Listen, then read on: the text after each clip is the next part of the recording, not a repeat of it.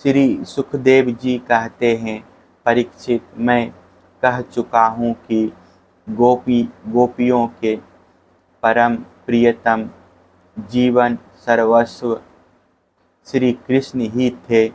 जब उनके दर्शन के समय नेत्रों की पलकें गिर पड़ती, तब वे पलकों को बनाने वाले को ही कोसने लगती। उन्हीं प्रेम की मूर्ति गोपियों को आज बहुत दिनों के बाद भगवान श्री कृष्ण का दर्शन हुआ। उनके मन में इसके लिए कितनी लालसा थी, इसका अनुमान भी नहीं किया जा सकता। उन्होंने नेत्रों के रास्ते अपने प्रियतम श्री कृष्ण को हृदय में ले जाकर गाढ़ आलिंगन किया और मन ही मन आलिंगन करते करते तन्मय हो गई। परीक्षित, कहाँ तक कहूँ, वे उस भाव को प्राप्त हो गई जो नित्य निरंतर अभ्यास करने वाले योगियों के लिए भी अत्यंत दुर्लभ है। जब भगवान श्री कृष्ण ने देखा कि गोपियाँ मुझसे तत्मय को प्राप्त एक हो रही है, तब वे एकांत में उनके पास गए, उनको हृदय से लगाया, कुशल मंगल पूछा और हंसते हुए यूं बोले, सखियों, आप लोग अपने स्वजन संबंधियों का काम करने के लिए ब्रज से बाहर चले आए और इस प्रकार तुम्हारी जैसी प्रेयसियों को छोड़कर हम शत्रुओं का विनाश करने में उलझ गए। बहुत दिन बीत गए, क्या कभी तुम लोग हमारा स्मरण भी करती हो? मेरी प्यारी गोपियों, कहीं तुम लोगों के मन में यह आशंका तो नहीं हो गई है कि मैं अकृतज्ञ हूँ और ऐसा समझकर तुम लोग हमसे बुरा तो नहीं मानने लगी हो? निस्संदेह भगवान ही प्राणियों के संयोग और वियोग के कारण हैं।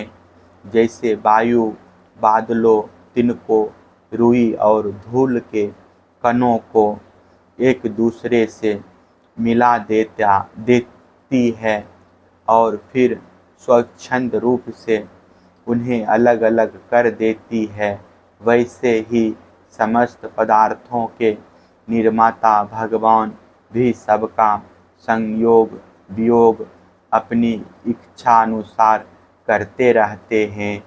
सखियों, यह बड़े सौभाग्य की बात है कि तुम सब लोगों को मेरा वह प्रेम प्राप्त हो चुका है जो मेरी ही प्राप्ति कराने वाला है, क्योंकि मेरे प्रति की हुई प्रेम भक्ति प्राणियों को अमृत तत्व परमानंद धाम प्रदान करने में सामर्थ्य है।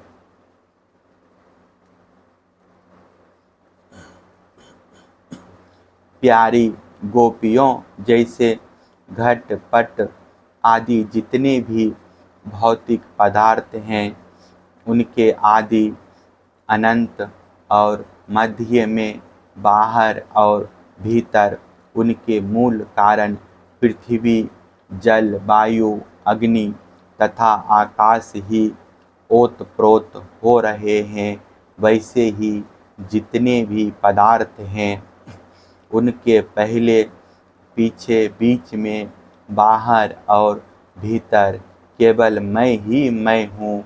इसी प्रकार सभी प्राणियों के शरीर में यही पांचों भूत कारण रूप से स्थित है और आत्मा भोक्ता के रूप से अथवा जीव के रूप से स्थित है, परंतु मैं इन दोनों से परे अविनाशी सत्य हूँ, ये दोनों मेरे ही अंदर प्रतीत हो रहे हैं।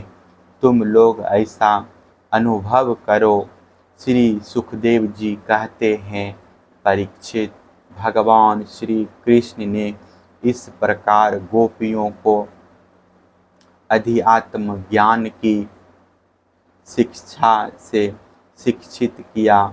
उसी उपदेश के बार बार स्मरण से गोपियों का जीव कोश लिंग शरीर नष्ट हो गया और वे भगवान से एक हो गई, भगवान को ही सदा सर्वदा के लिए प्राप्त हो गई। उन्होंने कहा, हे कमल नाभ आगत बोध संपन्न बड़े बड़े योगेश्वर, अपने हृदय कमल में आपके चरण कमलों का चिंतन करते रहते हैं। जो लोग संसार के कुएं में गिरे हुए हैं, उन्हें उससे निकालने के लिए आपके चरण कमल ही एकमात्र अवलंबन है।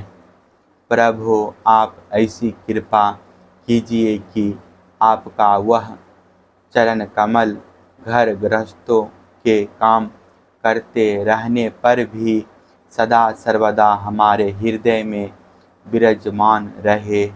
हम एक क्षण के लिए भी उसे ना भूलें।